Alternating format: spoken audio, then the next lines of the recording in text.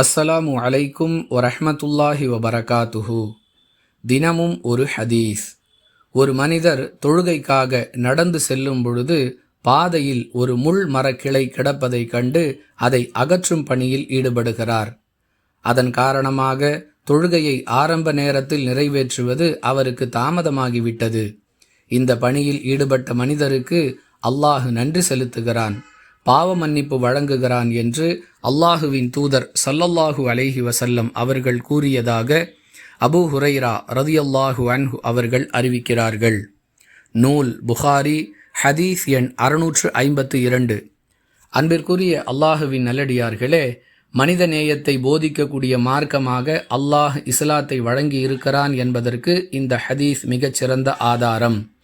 மனிதர்களுக்கு தொல்லை தரக்கூடிய பொருட்களை அகற்றினால் அல்லாஹுவே நன்றி செலுத்துவான், அதாவது அதற்குரிய முழுமையான கூலியை அல்லாஹ் வழங்குவான். மேலும் அவர்களுடைய பாவங்களை அல்லாஹ் மன்னிப்பான் என்றெல்லாம் அல்லாஹுவின் தூதர் அவர்கள் சுப செய்தி கூறுகிறார்கள். அன்பிற்குரியவர்களே, நாமும் நம்முடைய மனிதநேய குணத்தை வெளிப்படுத்தி இதுபோன்ற பணிகளில் ஈடுபட்டு அல்லாஹ்விடம் பாவ மன்னிப்பை பெற்றுக்கொள்ள முயற்சிக்க வேண்டும். இதனால் தொழுகை தாமதமாகிவிட்டாலும் அது குற்றமாகாது என்ற கருத்தில் அவருடைய தொழுகை தாமதமாகிவிட்டது என்ற வாசகத்தையும் அல்லாஹுவின் தூதர் அவர்கள் குறிப்பிடுகிறார்கள்.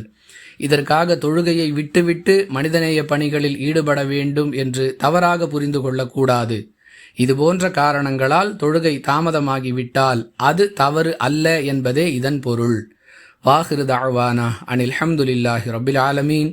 அஸ்ஸலாமு அலைக்கும் வரஹ்மத்துல்லாஹி வபரகாத்துஹு.